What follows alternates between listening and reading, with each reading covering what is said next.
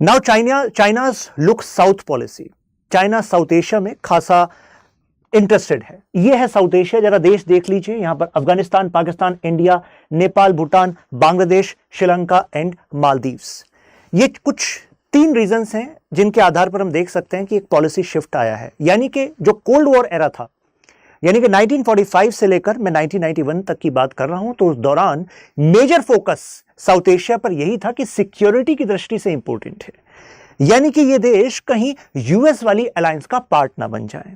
लेकिन जैसे ही cold war खत्म होता है तो उसके बाद 9/11 के दौरान अब वर्ल्ड की नजर थी कि अच्छा साउथ एशिया, यानी कि यहां से टेररिज्म बढ़ सकता है। क्योंकि मैं साउथ एशिया में किसको बता रहा हूं आपको? अफगानिस्तान, पाकिस्तान। तो मुझे बताइए, अलकायदा जो है वो इसी रीजन में तो पनप रहा था, तो वर्ल्ड का फोकस इस एरिया पर था। तो जाहिर सी बात है, चाइना को अगर मजबूत करना है तो उसका फोकस भी साउथ एशिया पर और ज्यादा होना चाहिए। बायलैटरल डिस्प्यूट इंडिया पाकिस्तान और इंडिया चाइना में वर्ल्ड का फोकस इस वजह से इस एरिया पर था। साथ में साउथ एशिया ने इकोनॉमिक लिबरलाइजेशन किया था 1991, यानी कि लिबरलाइजेशन, प्राइवेटाइजेशन, ग्लोबलाइजेशन, यानी कि अर्थव्यवस्थाएं ओपन हो रही थी। वर्ल्ड का फोकस इस तरफ था, तो अब चाइना का भी फोकस इस तरफ बढ़ना ही था। अब फोकस में चेंज देखिए। पहले चाइना लो प्रोफाइल था, यानी कि हम डेंग जियाओपिंग की फेमस लाइन को रिट्रेट करते हैं, wide your time, hide your strength. अपने सही समय का इंतजार करो। लेकिन अब शी जिनपिंग के अंदर देखिए, यहां पर हु जिनताओ तक तो कह रहे थे कि नहीं, अभी हम असर्टिव नहीं बनेंगे, हम अपना स्पेस ढूंढेंगे, अपने आप को मजबूत करने पर फोकस करेंगे। लेकिन शी जिनपिंग कह रहे नहीं, अब समय आ गया है, now we need to be muscular, assertive. हमें स्ट्रेटेजिक होना होगा। किस वजह से कि स्ट्रेटेजिक होना होगा? अपने लिए फेवरेबल एनवायरनमेंट बनाने के लिए। आप कहेंगे फेवरेबल एनवायरनमेंट का मतलब क्या होता है? अभी एक एक करके सारी चीज समझ में आ जाएंगी।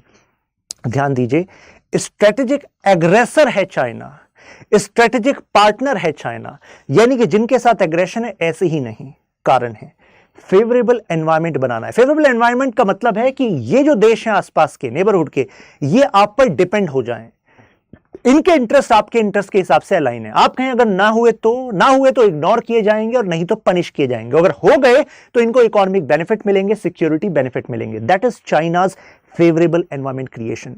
चाइना का पहले फोकस ग्रेट पावर के साथ एंगेजमेंट में था। जैसे कि यूएस के जो प्रेसिडेंट निक्सन जब चाइना आए थे, उसके बाद चाइना सोच रहा था कि अरे यूरोप एंड यूएस के साथ अपनी इकोनॉमी को इंटीग्रेट करेंगे, वहां की इन्वेस्टमेंट यहां पर लाएंगे, और इस तरीके से चाइना एक्सपोर्ट लेड मॉडल का फायदा उठाएगा। चाइना ने फायदा उठाया, लेकिन अब चाइना शिफ्ट कर रहा है। अब चाइना पेरिफेरल डिप्लोमेसी पर आ रहा है। पेरिफेरल डिप्लोमेसी का मतलब होता है चाइना के इर्द गिर्द, यानी कि ये चाइनीज पेरिफेरी पर जो देश हैं, इनके साथ एंगेज करना है। या तो एग्रेशन का इस्तेमाल करेंगे या फिर पार्टनरशिप का इस्तेमाल करेंगे, लेकिन प्राइम फोकस इस पर रखेंगे। अब आप कहेंगे अरे मतलब ग्रेट पावर, बड़ी ताकतों के साथ रिलेशंस पर मेजर फोकस होना चाहिए। नहीं, चाइना कह रहा है, इतिहास ये बताता है कि अगर आपको हेजेमनी बनानी है, वर्चस्व बनाना है, तो रीजनल पावर आपको होना पड़ेगा। जब तक आप अपने क्षेत्र के लीडर नहीं हैं, तो दुनिया को कैसे लीड करेंगे?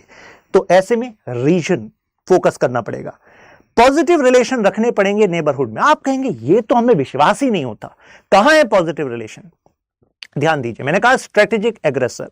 चाइना सबसे पहले ब्रेक करना चाहता है यूएस के स्टेटस को वर्ल्ड में, यानी कि अगर वो एग्रेशन का इस्तेमाल कर रहा है आसियान के साथ, यानी कि इस साउथ चाइना सी के आसपास के देशों के साथ, तो सोचिए कि इन देशों ने जो आसियान बनाया था, ASEAN one of the best model माना जाता है, तो उसमें पुश फैक्टर किसका था? यूएसए का था।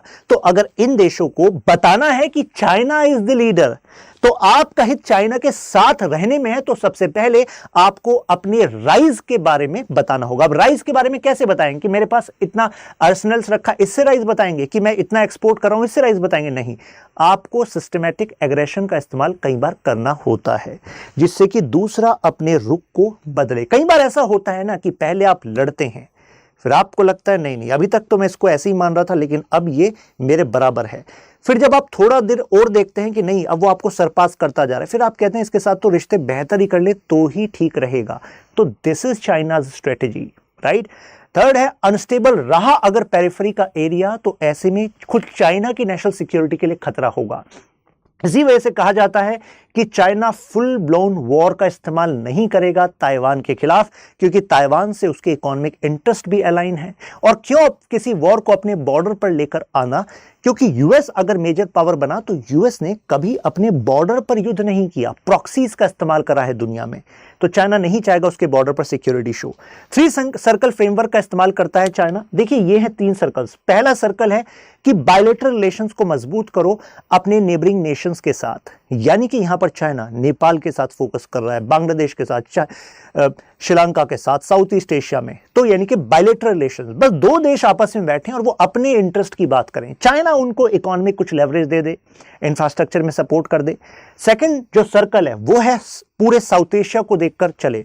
साउथ एशिया में अगर मेजर प्रॉब्लम यह है कि आपस में टेररिस्ट, मतलब आपस में डिस्प्यूट्स हैं, और डिस्प्यूट बॉर्डर इश्यूज हैं या फिर टेररिस्ट वाले इश्यूज हैं, तो चाइना कह रहा है I am going to provide the solution for the problem of terrorism here. इसी वजह से चाइना एससीओ में रहकर कहता है हमें टेररिज्म के खिलाफ काम करना पड़ेगा। हालांकि हकीकत क्या है, मैं अभी इसकी परतों को खोलने वाला हूं आपके सामने।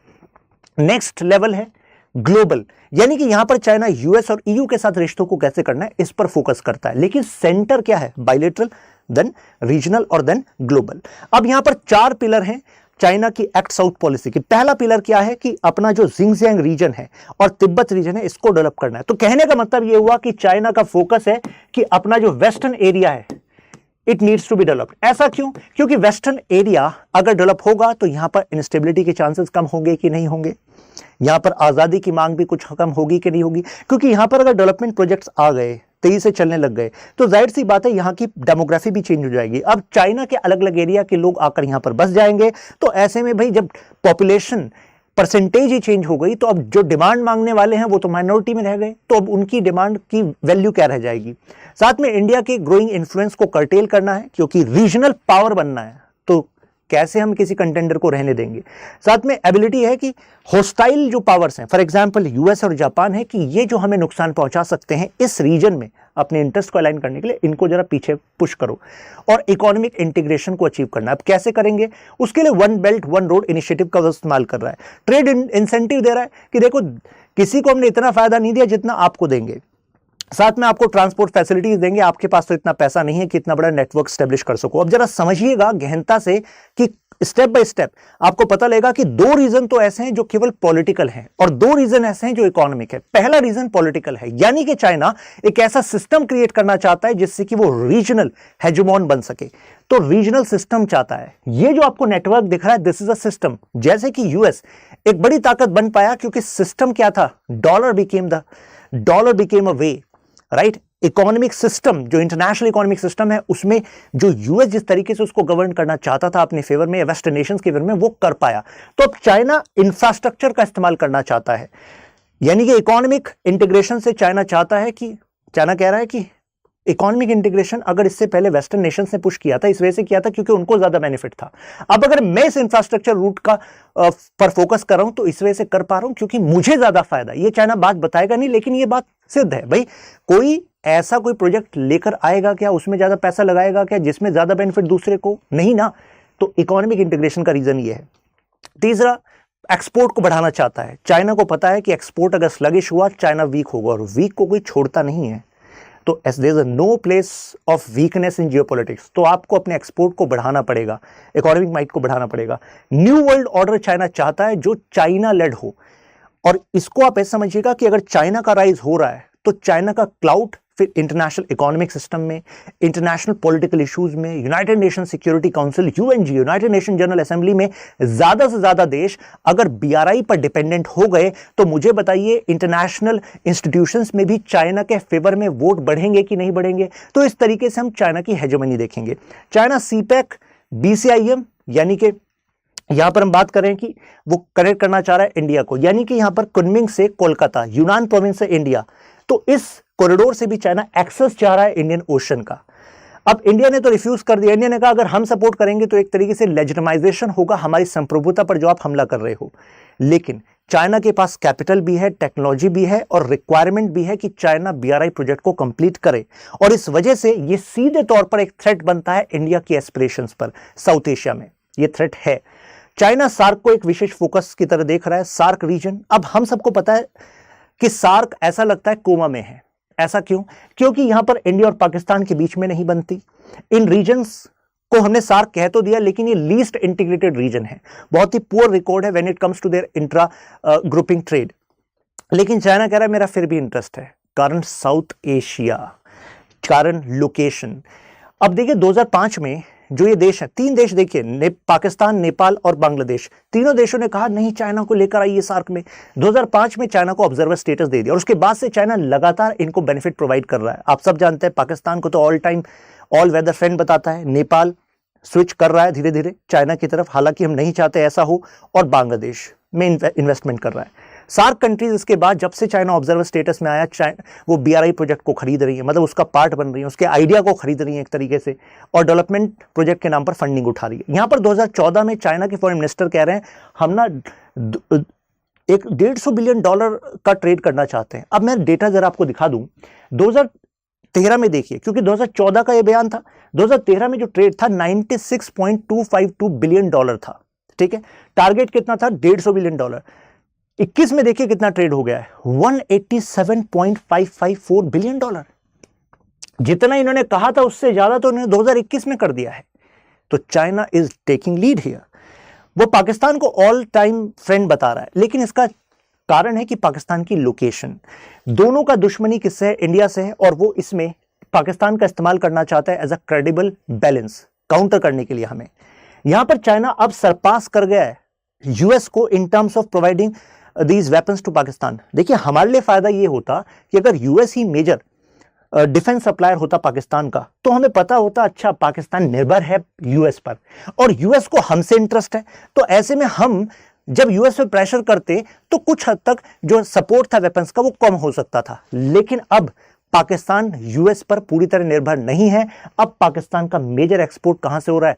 मेजर इंपोर्ट कहां से हो रहा है? चाइना एक्सपोर्ट कर रहा है, तो चाइना से हो रहा है। तो चाइना को क्या हम कंट्रोल कर सकते हैं कि पाकिस्तान को हथियार मत दो या पाकिस्तान का इंटरेस्ट करो, ग्रांट मत दो? नहीं, ये नहीं कर सकते। This is a threat for India. ये चाइना की एक्ट साउथ पॉलिसी के अंदर है। अब इंपॉर्टेंस क्या है? पाकिस्तान को तो लग रहा है कि तुम ही हो हमारी आशा, अच्छे दिन आएंगे आफ्टर दिस BRI, ऐसा सपना चाइना को बेचा जा रहा है, चाइना द्वारा बेचा जा रहा है।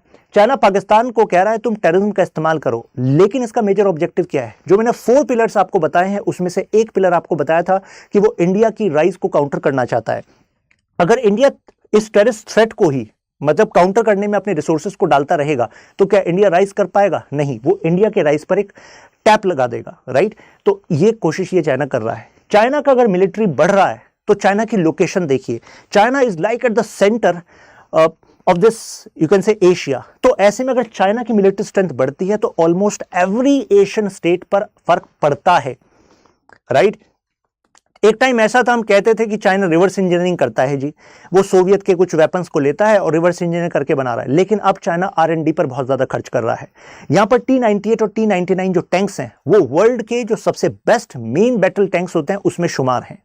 Z-10, Z-19 ये एयरक्राफ्ट हेलीकॉप्टर्स हैं, टॉप हेलीकॉप्टर्स। J-31 ये अमंग द बेस्ट जो एयरक्राफ्ट है उनको मैच कर रहा है। ऐसे ही आप यहां पर इंटरनेशनल आर्म्स एक्सपोर्ट देखेंगे तो उसमें चाइना का जो रेशियो है वो बढ़ता जा रहा है। कहां पर 2006 और से 10 के बीच में देखिए 3.6% के आसपास जो एक्सपोर्ट की मार्केट है वो चाइना देख रहा था, वो 5.9 पर आ गया। तो धीरे धीरे ये 11 से 15 के बीच का डेटा है, तो यानी कि धीरे धीरे बढ़ता जा रहा है। अब देखिए चाइना अपने इंफ्रास्ट्रक्चर मॉडर्नाइजेशन को काफी ज्यादा पुश कर रहा है ऑन आर बॉर्डर, चाहे वो तिब्बत वाला पार्ट हो, चाहे वो अरुणाचल वाला पार्ट हो। तो ऐसे में मुझे बताइए कि सीधा थ्रेट हम पर बढ़ रहा है कि नहीं बढ़ रहा है? बढ़ रहा है। चाइना इंडियन ओशन में विशेष फोकस कर रहा है। स्टेट ऑफ मलक्का डिलेमा को काउंटर करने के लिए वो लॉम्बॉक स्टेट का इस्तेमाल करना चाहता है, और चाइना इस एरिया में मेजर अपने स्ट्रेटेजिक पोर्ट्स बनाना चाहता है। जिन देशों के साथ भारत अच्छे संबंध रखता है वहां पर भारत पोर्ट चाहता है, तो चाइना काउंटर करने की कोशिश करता है कि वो पोर्ट एक्सेस भारत को ना मिले। यहां पर Robert Kaplan, famous international political expert, उनका कहना है कि 21वीं सदी की जो जियोपॉलिटिक्स है ना वो इंडियन ओशन से तय होगी। तो ऐसे में चाइना चाहता है कि ऐसा स्ट्रेटेजिक एनवायरनमेंट यहां क्रिएट कर दे कि इस रीजन में जो भारत को लोकेशन वाइज बेनिफिट है वो लोकेशन वाइज बेनिफिट ना रहे। यहां पर ये जो पोर्ट्स हैं, जैसे फॉर एग्जांपल अगर इंडिया ने यहां पर कालादान मल्टी मॉडल प्रोजेक्ट पर काम किया तो ऑलरेडी इन्होंने क्यूप्युक पर काम कर लिया है। तो यानी कि ये चाइना इंडिया के पैरेलल, इंडिया के काउंटर में अपनी इंस्टॉलमेंट इंस्टॉलेशंस यहां पर कर रहा है। यहां पर हम्बनटोटा पोर्ट हो गया, ये देखिए चाइना की नेवी की सबमरीन रूट देखिए, ये जिबौती है, यहां पर ग्वादार पोर्ट है, यहां पर ये मालदीव्स है और यहां पर ये मलक्का स्ट्रेट है। तो इन लोकेशंस पर चाइना सबमरीन की प्रेजेंस को बढ़ा क्यों रहा है? क्योंकि चाइना ये मैसेज देना चाहता है कि इस एरिया में China is the dominant power. यहां पर साउथ चाइना सी के इशू को बढ़ाकर चाइना इन देशों को मैसेज देना चाहता है कि अब आप यूएस डोमिनेटेड सिस्टम की यादों को भूल जाइए, now China is a force to reckon with, और इसको यूएस काउंटर नहीं कर सकता। यहां पर स्ट्रिंग ऑफ पर्ल थ्योरी में देखिए चाइना कहीं कमर्शियल पोर्ट्स और कमर्शियल बेसिस के नाम पर अपनी नेवल वेसल्स के एक्सचेंजेस का काम यहां पर कर सकता है। देखिए ग्वादार हो गया, अपग्रेडेड पोर्ट फैसिलिटी यहां पर बांग्लादेश में हो गई, Chittagong port facility, commercial naval base हो गया यहां पर म्यांमार पर, सर्वेलेंस फैसिलिटी देखिए अगेन म्यांमार वाले रीजन में, और यहां पर थाईलैंड क्रा कैनाल। तो कहने का मतलब यह हुआ कि इस पूरे रीजन में हम देख रहे हैं कि चाइना अपनी प्रेजेंस को बढ़ा रहा है, सेलेक्टिव काउंटर टेररिज्म कर रहा है। एक तरफ कहता है मैं रीजनल पावर हूं, तो देखिए टेररिस्ट वाले मामले पर मैं सख्ती से काम लूंगा, लेकिन यहां पर टेररिज्म में उसको केवल एक ही कंसर्न है, वो है उइगुर मुस्लिम वाला मुद्दा।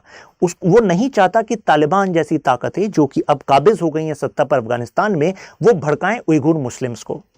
लेकिन जब भारत के मामलों की बात आती है, जैसे जैश ए मोहम्मद के famous terrorist, infamous we should say, Masood Azhar, जब इनको इंटरनेशनल टेररिस्ट घोषित करने की बात आई तो वो एक डिकेड से लगातार इस बात को होल्ड पर डालता रहा।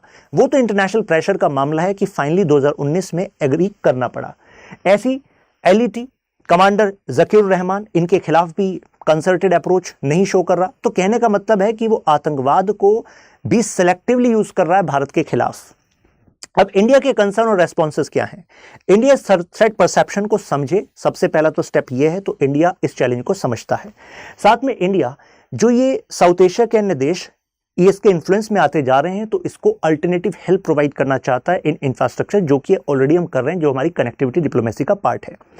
साथ में यूएस के साथ मिलकर हम B3W पर इनिशिएटिव पर फोकस कर रहे हैं, बिल्ड बैक बेटर वर्ल्ड। तो चाइना के मॉडल में तुम्हें क्या मिलेगा? गुलामी मिलेगी, फाइनेंशियल स्ट्रेस मिलेगा। हमारे मॉडल में क्या मिलेगा? हमारे मॉडल में तुम्हारी सॉवरेनिटी सुरक्षित रहेगी, तुम्हें प्रोस्पेरिटी मिलेगी। तो we are actually developing this, क्योंकि हम नहीं चाहते कि हम चाइना के ट्रैक पर दौड़े जब हम अपना ट्रैक बना सकते हैं। इस मिलिट्री मॉडर्नाइजेशन और इस मैरिटाइम असर्टिवनेस से यहां पर हम काउंटर करने के लिए डिफेंस कोऑपरेशन बना रहे हैं उन देशों के साथ जो सिमिलर थ्रेट परसेप्शन देखते हैं चाइना में। For example Japan, Australia, USA, India.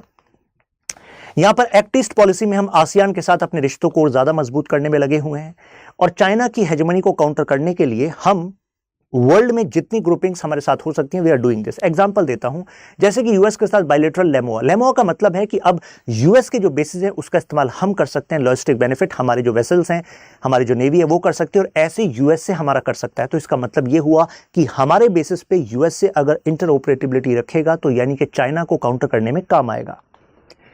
यहां पर सी राजामोहन कह रहे हैं कि देखो हकीकत है 2 पॉइंट। पहला पॉइंट, अगर हम सोचें केवल अकेले ही पाकिस्तान को काउंटर करेंगे, अकेले ही चाइना को काउंटर करेंगे, that's not a good strategy. Balance of power की थ्योरी कहती है देखिए एक्सटर्नल बैलेंसिंग इज नेसेसरी। अपनी ताकत को बढ़ाओ, उसको इंटरनल बैलेंसिंग कहते हैं, लेकिन आपको आउटर बैलेंसिंग करनी होगी। जब आप आउटर बैलेंसिंग करोगे तो ये आपको फार रीचिंग अदर बेनिफिट्स भी देगा, क्योंकि अब आपकी ताकत ज्यादा दिखेगी। तो कंक्लूजन के तौर पर हम कह सकते हैं कि अब हमें चाइना के इस मंसूबे को, मीन जो चाइना स्ट्रेटजी इस्तेमाल कर रहा है, तो इसको काउंटर करने के लिए we can not cut the ties with those nations who are bringing into, China is bringing into their fold. तो कहने का मतलब है हम दूसरों को नहीं कह सकते, बट हम दूसरों को यह बता सकते हैं कि हम आपको क्या क्या बेनिफिट दे सकते हैं। साथ में जो जिहादिस्ट थ्रेट चाइना परसीव करता है, तो हम उस पर एससीओ जैसे प्लेटफॉर्म्स का इस्तेमाल करके उस मामले को और ज्यादा उठा सकते हैं। बैलेंसिंग के लिए वो पाकिस्तान का इस्तेमाल करना चाहता है, तो हम अफगानिस्तान, यूएसए, यानी कि ऐसे पार्टनर्स जो कि ऑफबीट लगते हैं कि अच्छा पाकिस्तान के पूरी तरह फेवर में नहीं है, तो हम उनके साथ अपनी अलायंस को बनाएं। अब जरा एक क्वेश्चन देखिए, examine the changes observed in China's policy towards south Asia and how does it impact India's interest. अब जरा इन पॉइंट्स को देखिए, अभी हमने इन्हीं पॉइंट्स को तो कवर किया है। अब ये क्वेश्चन कह रहा है क्या चेंजेस आपने ऑब्जर्व करे, right, and how does it impact India's interest. तो लेक्चर की शुरुआत ही हमने कैसे की थी? Importance of south Asia. Importance क्या है? Evolution of China south policy, ये हमने किया। Peripheral diplomacy, three circle framework, pillars of act south policy, one belt one road initiative. तो इससे आप प्रूव कर देंगे इस वाले पॉइंट में कि हाँ क्या चल रहा है। अब कह रहा है how does it impact India's interest, तो यहां पर इंडिया के कंसर्न एंड रिस्पॉन्स अभी हमने कवर किए, India's departure from the traditional policy, और देन जो कंक्लूजन में हमने पॉइंट बताए। तो कहने का मतलब है कि जो इस वीडियो को आपने एक बार गो थ्रू कर लिया, इस पीडीएफ को मैं शशांक त्यागी फॉर यू टेलीग्राम ग्रुप में अपलोड कर ही रहा हूं अभी। इसके बाद इस क्वेश्चन थीम से आपका आंसर जबरदस्त बनेगा ही बनेगा। फिर मिलते हैं, ख्याल रखिएगा, कमेंट्स में बताइएगा कि और कौन से नए टॉपिक्स पर आप एनालिसिस इन डेप्थ चाहते हैं।